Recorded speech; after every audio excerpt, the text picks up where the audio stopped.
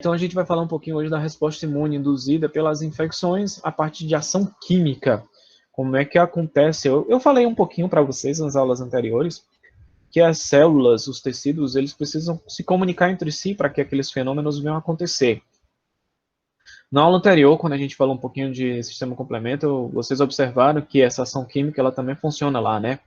Aquelas subunidades A vão lá, interagem com a célula, induz a célula a liberar mediadores químicos, esses mediadores químicos atuam sobre os tecidos, alterando o comportamento desses tecidos para que a resposta imunológica possa acontecer.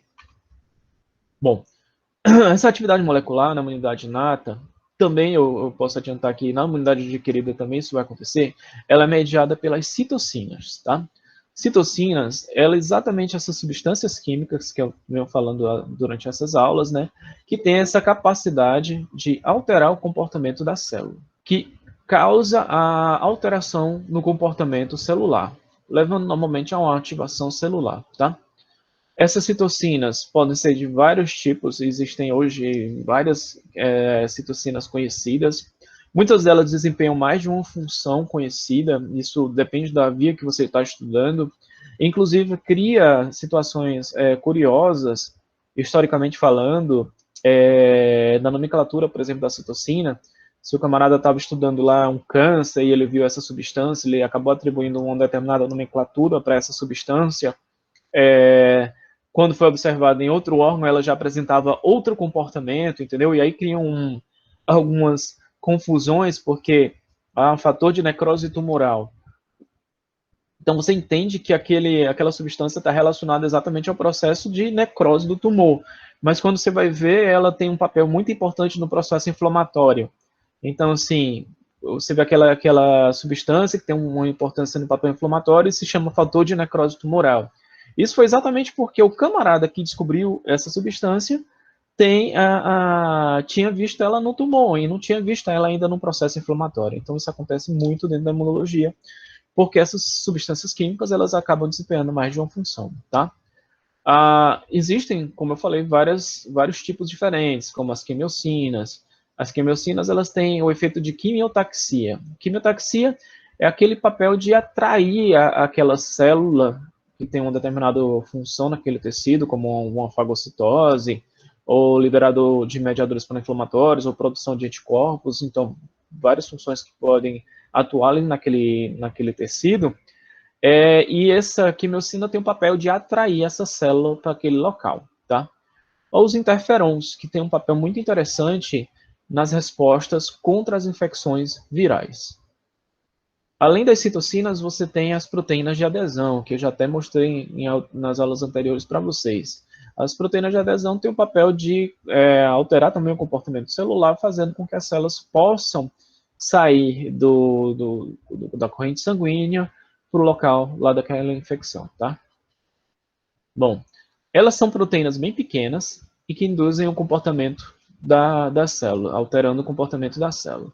Podem ter efeito autócrino, né, atuando sobre essas outras células que produzem outras citocinas, ou parácrina, atuando sobre células vizinhas, muitas vezes células similares a ela. Praticamente todas as células do nosso corpo têm capacidade de liberar citocinas, não só aquelas que estão relacionadas ao sistema imunológico. Então, quando você, por exemplo, se corta, aquelas células do teu tecido vão liberar leucotrieno e prostaglandinas, que são citocinas que vão induzir o processo inflamatório. Então, todas as nossas células, todas não, mas a maioria das nossas células, elas têm essa capacidade de liberar citocinas, tá? Não só as de caráter imunológico. Teve um tempo que foi encontrado tanta citocina, e como eu falei, existia essas confusões, às vezes o camarada estava estudando outro assunto que não tinha nada a ver com a resposta imunológica propriamente dita, e acabava posteriormente descobrindo que aquela substância que o camarada descobriu era também uma citocina. E aí resolveu-se, não, tá ficando complicado. Assim, tem muito nome para várias substâncias e quando a gente vai estudar aqui dentro da resposta imunológica, esses nomes não estão ajudando. Então resolveram-se normatizar essas nomenclaturas, chamando elas de interleucinas, tá? Então, interleucinas é uma tentativa de normatizar todas essas citocinas que foram sendo encontradas. Só que o que aconteceu? muitos desses nomes, principalmente quando a substância ela tinha um caráter de importância muito grande, ela já era conhecida na literatura e as pessoas acabaram se acostumando a utilizar aquela nomenclatura, mesmo que a função dela fosse diferente daquela que ela foi encontrada inicialmente. Então, acabou que não deu para mudar o nome dessa substância, como aqui até tem um exemplo, o TNF-alfa, né? Que é o fator de necrose tumoral. Ele é uma citocina muito importante, tá? Tem esse nome porque quem descobriu estudava tumores, mas não conseguiu modificar o nome dela para uma interleucina. Então, esse IL-1, 2, 3, 4, 5, e assim por diante, foram uma tentativa de normatizar as interleucinas. Algumas, beleza, ficaram. Outras permaneceu com o nome antigo, já que a literatura científica já utilizava ela há bastante tempo. Então, não conseguiram modificar isso aí, tá? Aqui são todas interleucinas, todas citocinas que são liberadas pelo macrófago. Então, o macrófago, quando ele é ativado, ele vai liberar esse pacote de citocinas aqui. E elas, como eu falei, vão desempenhar um comportamento de alteração celular. Aqui para exemplificar o que o macrófago faz quando ele é ativado. A interleucina 1 atua sobre o endotélio vascular, aquilo que vocês viram lá no sistema complemento fazendo, né? Ativando o macrófago e o macrófago liberando algumas substâncias. Então, o que o macrófago está fazendo? Liberando exatamente essas substâncias aqui. Uma delas é a interleucina 1, que vai modificar o endotélio vascular. Ele aumenta a permeabilidade vascular e vai estimular a interleucina 6. Então, a interleucina 1 estimula o próprio macrófago a produzir a interleucina 6. A interleucina 6 vai atuar lá no fígado, e lá no fígado ele vai estimular a produção de proteínas da fase aguda, como proteína C reativa, MBL, todas aquelas opsoninas que são importantes no processo inflamatório, e vai atuar também no aumento da temperatura. Depois eu vou falar melhor sobre essa questão da febre aqui, a febre endógena, a febre que é benéfica para o organismo. A interleucina 8 também vai atuar sobre o endotélio vascular, levando à ativação do endotélio e a quimiotaxia de neutrófilos. Então, aqui ele já está tirando um tipo de célula específico. Estou enfatizando porque vocês vão ver que algumas interleucinas atuam sobre determinados grupos de células em particular. Enquanto a interleucina 8 atua sobre neutrófilos, outras vão estimular a atração, por exemplo, de macrófagos. A interleucina 12 sobre as células NK, eu falei lá na primeira aula sobre ela, né? Levando à ativação dessas células e influencia diretamente na diferenciação dos linfócitos. E o TNF-alfa, que é muito importante, também atua sobre o endotélio vascular, também aumentando a permeabilidade e ativando o endotélio vascular. Esse processo de ativação do endotélio vascular é aquilo que eu mostrei para vocês no videozinho, onde ocorre a produção de selectinas, das integrinas e das ICANS pelas células. Eu vou voltar a falar disso aqui mais à frente. Bom, aqui é o que eu estava falando ali anteriormente, né, sobre a questão dos pirógenos endógenos e dos pirógenos exógenos. Então, o macrófago ele vai liberar essas citocinas que vão atuar tanto a nível local quanto a nível sistêmico.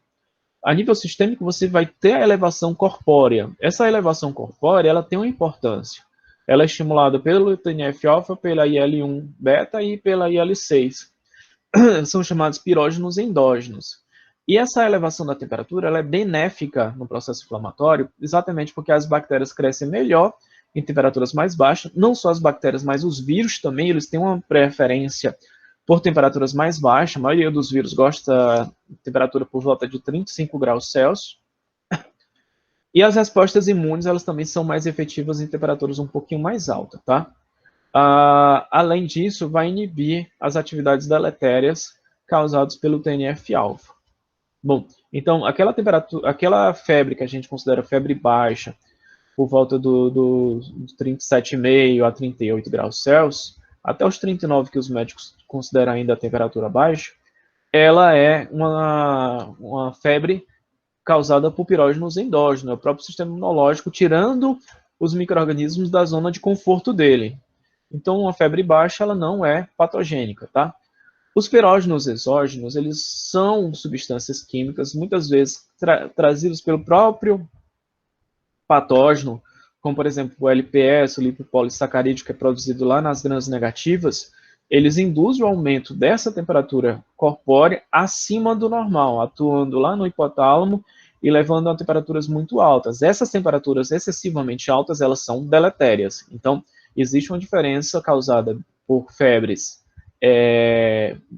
causadas por bactérias e tudo, daquela febre causada pelo próprio sistema imunológico. Tá? Essas febres causadas por esses pirógenos exógenos, elas são patogênicas e precisa, sim, ser vigiada. Hoje, um dos pontos em destaque aí com relação à COVID é exatamente uma febre muito alta, febre acima dos 39 graus Celsius, que não cede.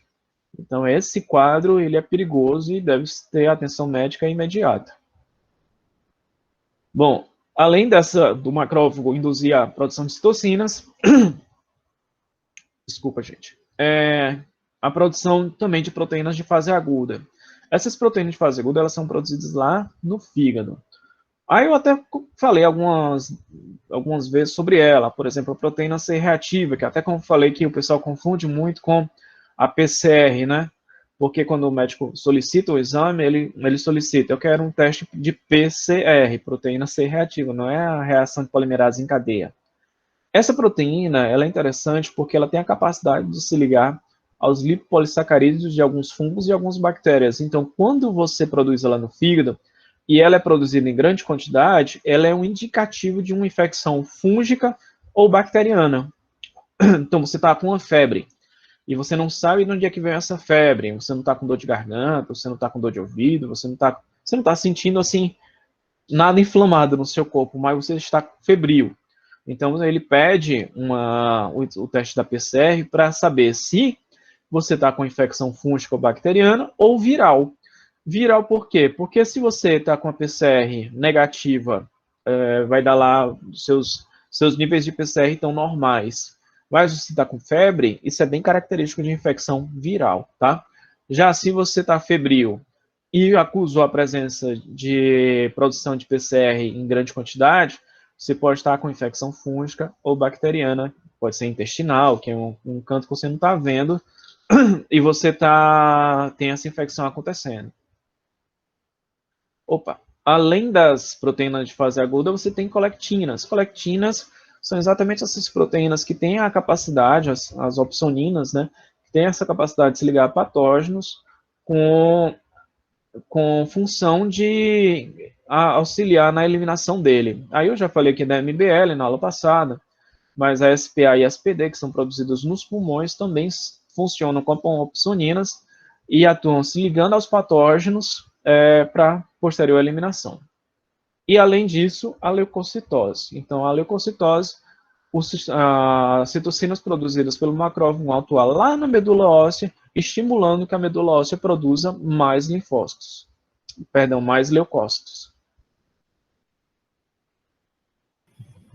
Como eu falei, o TNF-alfa. Alguém quer falar alguma coisa? Oi. O senhor pode voltar naquele lance pirógeno? Aqui, perdão. Pronto. Eu não entendi qual a diferença que significa.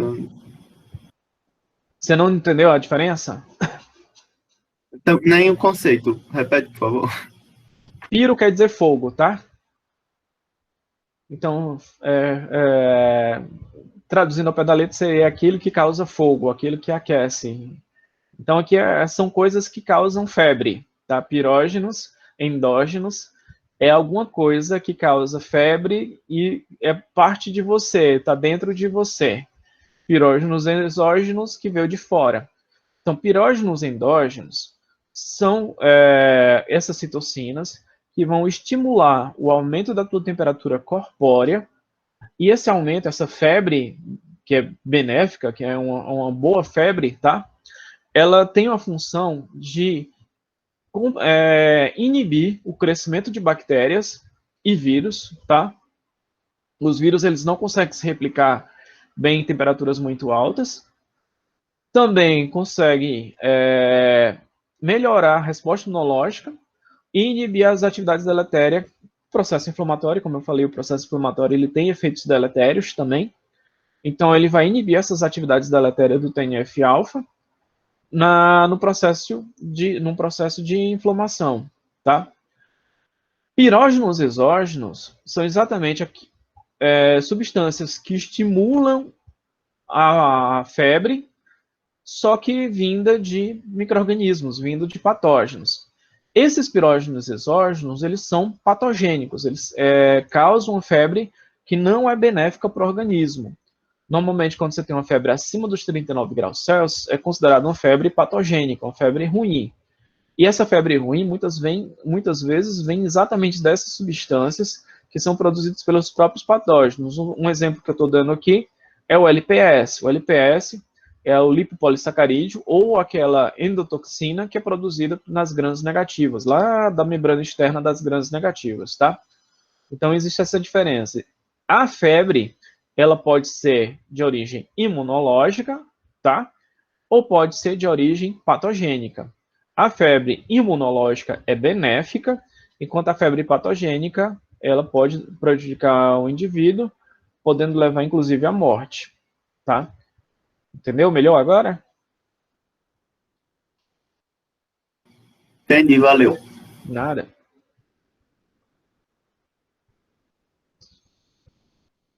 Bom, como eu estava falando aqui, o TNF-alfa, eu falei várias vezes que ele é importante, e o papel principal dele é exatamente a contenção no local do processo inflamatório. O que é conter? Conter é você manter aquilo que está invadindo no local aonde invadiu. Se você se cortou, você não quer que essas bactérias que entraram pelo aquele corte cheguem na corrente sanguínea e comecem a circular no teu organismo. Então, a contenção é exatamente, as bactérias entraram naquele corte e ele deve ser mantido naquela região de tecido onde está acontecendo a infecção e não se espalhar para o resto do organismo. Então, o TNF-alfa ele tem essa capacidade de conter a infecção no local de onde ocorreu a invasão. Ele vai produzir no endotélio das células proteínas que vão induzir a coagulação da corrente sanguínea. Então, assim, naqueles capilares que estão próximo ao local da lesão, vai acontecer microcoagulação, e essa microcoagulação vai fazer com que os vasos sanguíneos próximos ali das bactérias não possam ser utilizados para que as bactérias ganhem a corrente sanguínea e cheguem a outros locais do organismo, tá? O grande problema do TNF-alfa, eu acho que vocês já ouviram falar em pelo menos na televisão, ou algum local que vocês tenham tido curiosidade de uma informação, vocês já ouviram, deve ter ouvido em septicemia ou sepse. Vocês já ouviram falar alguma vez? O camarada morreu de septicemia. O que quer dizer isso? Bom, a septicemia, o nome quer dizer, sepsis quer dizer sujeira, tá? E emia, sangue. Então, você tem sujeira no sangue. Então, quando você tem uma infecção a nível sanguíneo, o TNF-alfa, ele acaba tendo problemas sérios para realizar a contenção. O que é que vai acontecer? O organismo todo vai começar a produzir uma quantidade exacerbada de TNF-alfa dos macrófagos, tanto no fígado, no baço e nos outros órgãos linfóides. Essa quantidade exacerbada de TNF-alfa vai causar a vasodilatação. Se você tem uma vasodilatação, aquele local vai começar a encharcar de líquido que está extravasando dos vasos para o tecido. Se você está tendo uma grande produção de TNF-alfa, se você tem essa produção exacerbada, logo essa vasodilatação vai ser também bastante extensa, né? Você tem praticamente ali todos os capilares do organismo sofrendo vasodilatação. Então, você vai ter uma perda de volume sanguíneo, e essa perda de volume sanguíneo vai levar à perda da pressão sanguínea, e isso vai, por consequência, levar ao que a gente chama de choque séptico, tá? Esse choque séptico, ele vai ser em decorrência exatamente da coagulação intravascular disseminada, porque ele não faz a contenção, estimulando a coagulação no local da lesão, só que se está em todo o organismo, você vai ter coagulação intravascular em todo o organismo. Esse processo vai levar ao consumo elevado das proteínas de coagulação. Também, devido à perda de pressão sanguínea, de volume sanguíneo, ocorre a baixa perfusão do sangue, e se tem baixa perfusão do sangue, não está chegando nutrientes e oxigênio para os órgãos, né? Isso pode levar à falência de órgãos vitais, como rim, fígado, coração e pulmões. Então, assim, a septicemia, ela muitas vezes é causada exatamente porque ocorre uma forte produção de TNF-alfa, e essa forte produção do TNF-alfa pode levar a esse quadro disseminado de vasodilatação, baixa perfusão sanguínea e por consequência, a falência dos órgãos vitais, e aí o indivíduo pode ir a óbito. Uma das coisas que se pode fazer para evitar, durante um processo de sepsis, é tentar manter o volume sanguíneo. Então, o camarada administra soro, né, naquele paciente que está com septicemia, para exatamente tentar manter o volume sanguíneo, já que ele está tendo perda de líquido e, por consequência, a redução da pressão sanguínea. Então, quando ele recebe o soro, é para manter esse volume sanguíneo que está sendo perdido e esperar até que o sistema imunológico consiga conter aquele quadro. Obviamente, dependendo da situação, o camarada ele precisa receber antibióticos para inibir essas bactérias que estão na corrente sanguínea e aí tentar resgatar, recuperar esse indivíduo. O quadro ele é muito grave, muitas vezes realmente o paciente acaba indo a óbito devido à velocidade com que isso aqui acontece. Outra citocina muito importante, eu acho que é mais importante agora nesse momento, né, porque a gente está tendo uma pandemia viral, é o interferon. O interferon ele explica muito do que acontece durante uma infecção viral, tá?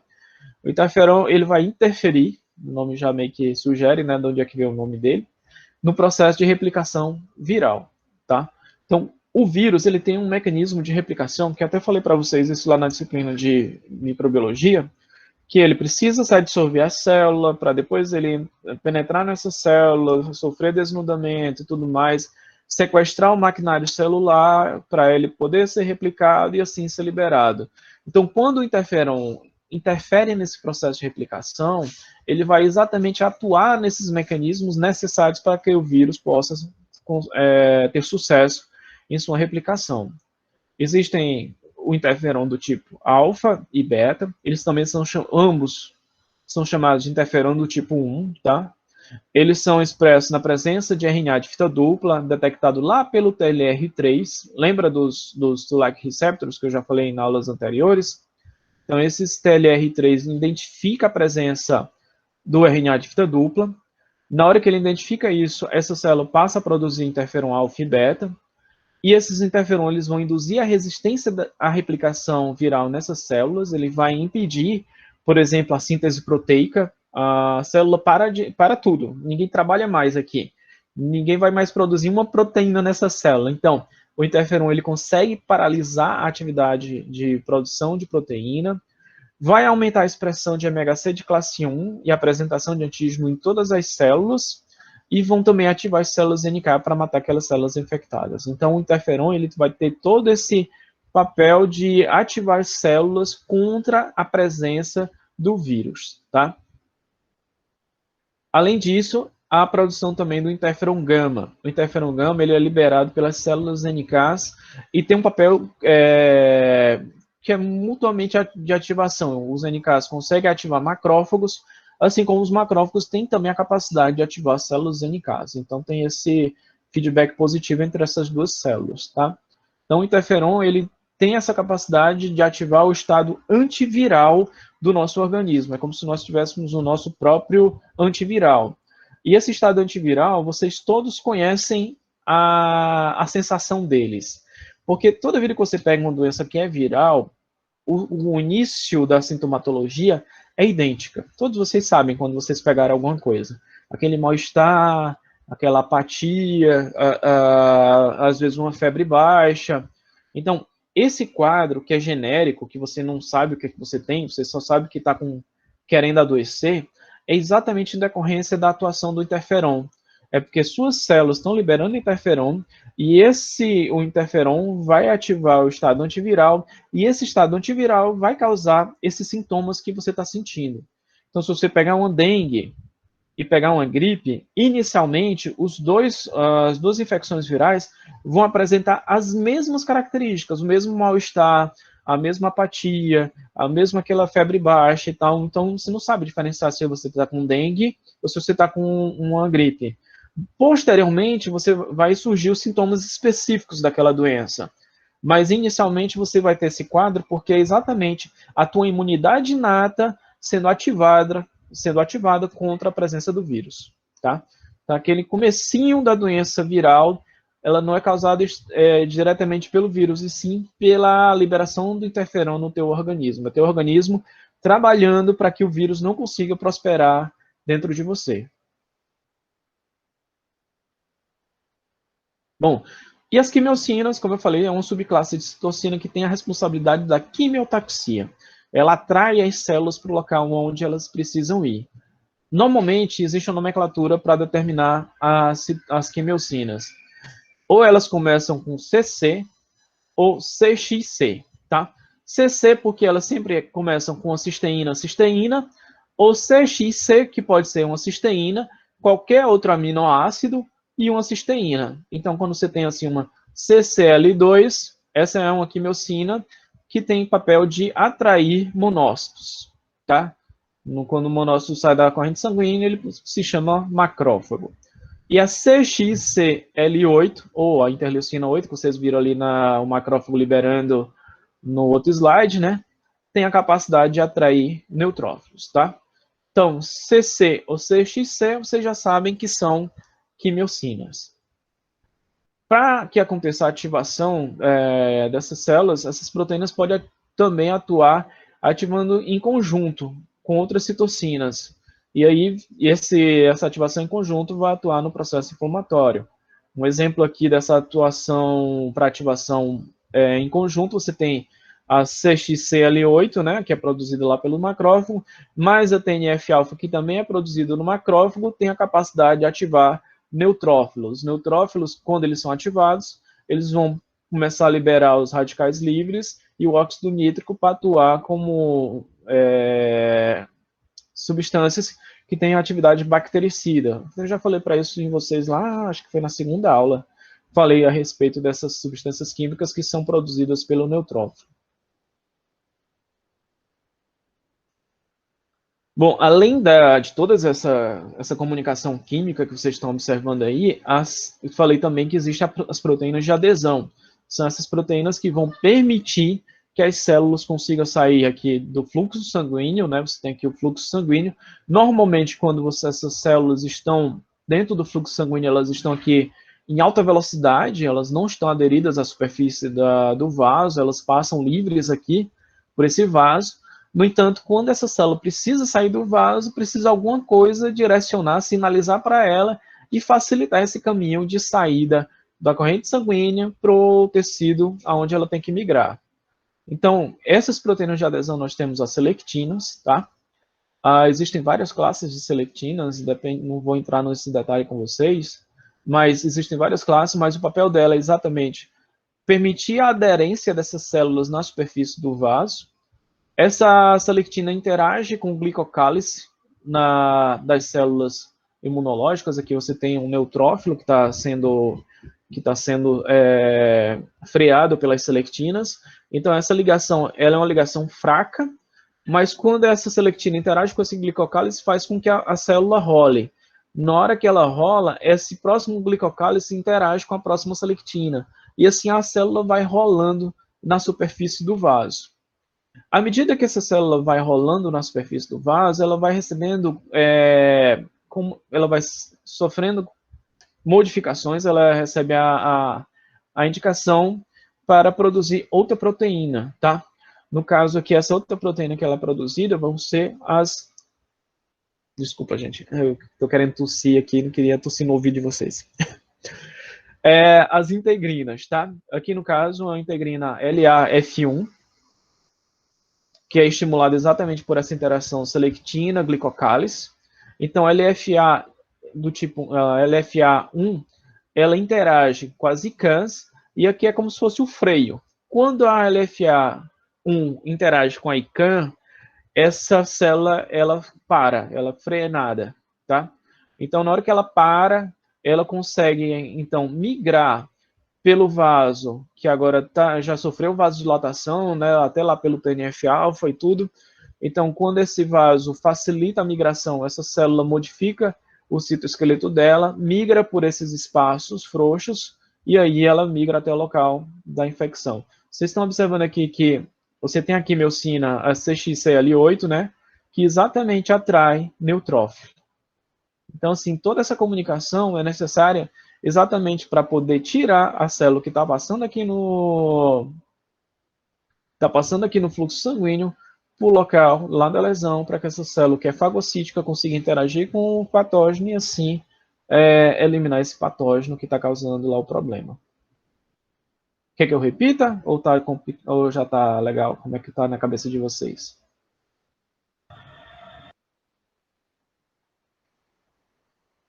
Rapaz, repita. Tá bom. Sempre é bom.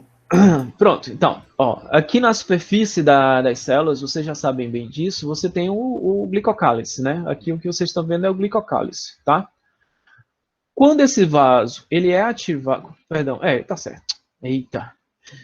Quando esse vaso, ele é ativado, lembra lá da ativação pelas citocinas? Ele começa inicialmente a produzir as selectinas.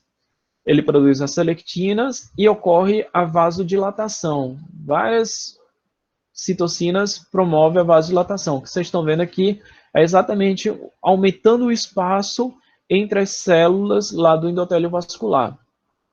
Então, aqui está ocorrendo a produção da selectina. Essa selectina interage com o glicocálice da célula e essa interação ela é fraca. O glicocálice interage com a selectina, mas solta.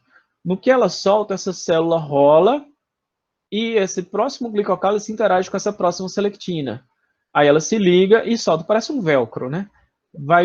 Se liga, rola um pouquinho, solta e vai rolando dessa forma. Essa interação fraca é exatamente para diminuir a velocidade dessa célula sobre esse endotélio vascular. À medida que a célula vai rolando, ela vai sofrendo o estímulo para a produção de outras proteínas, que são as integrinas. Para que ela vai produzir essa integrina? Porque aqui no endotélio vascular também está sendo induzida a produção das ICANs.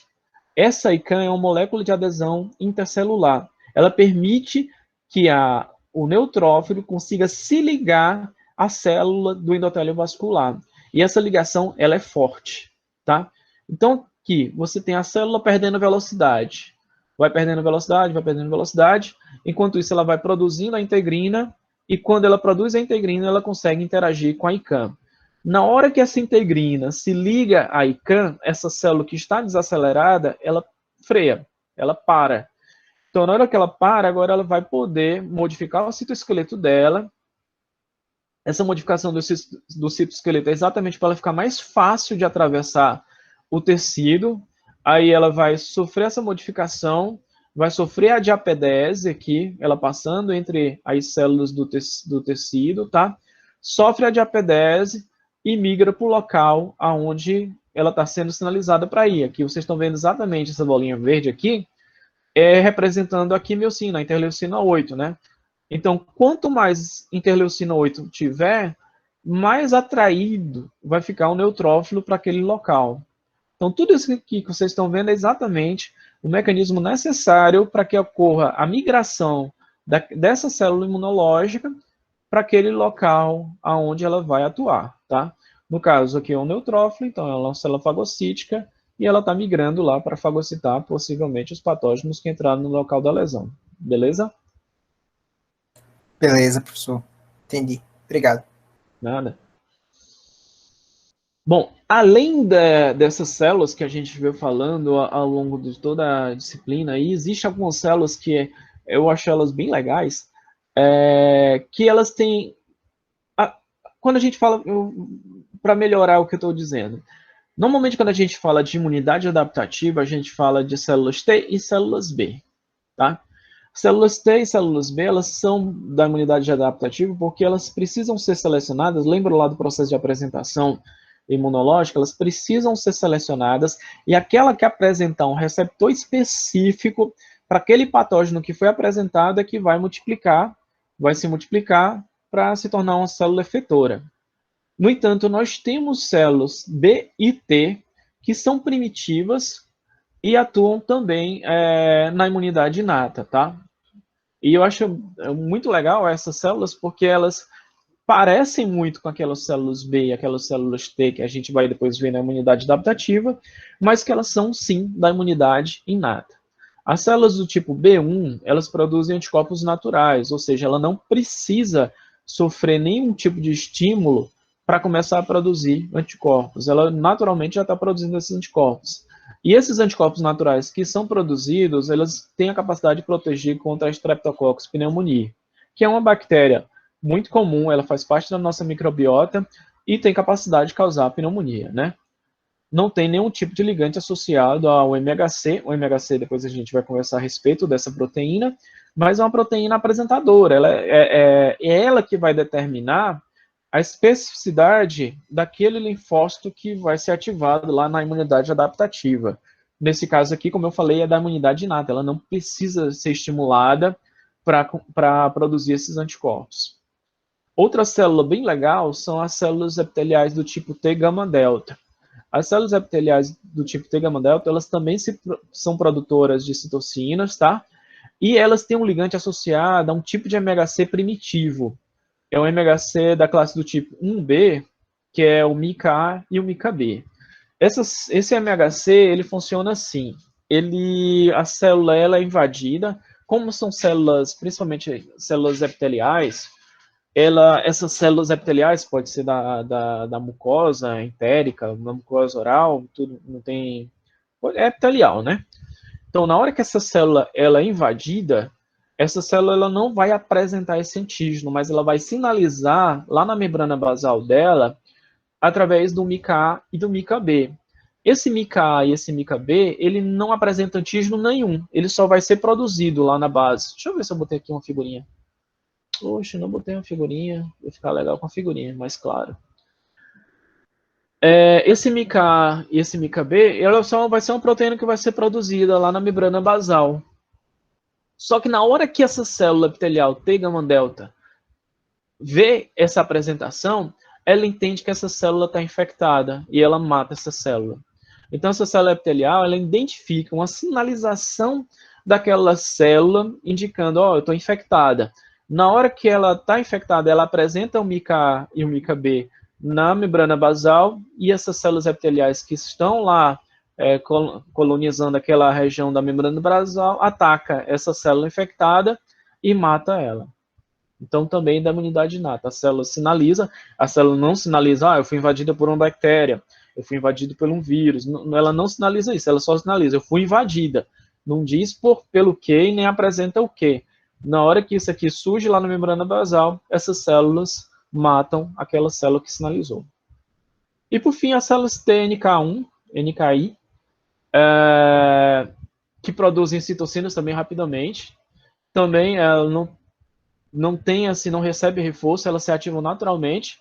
E ela reconhece ligantes do tipo CD1D aqui na superfície celular, que é similar ao que acontece aqui na MICA-A e na MICA-B. As células sinalizam que estão com problemas, que estão alteradas, e essa sinalização é o necessário para que as células NKs atuem e eliminem aquela célula que apresentou esse padrão lá na sua superfície.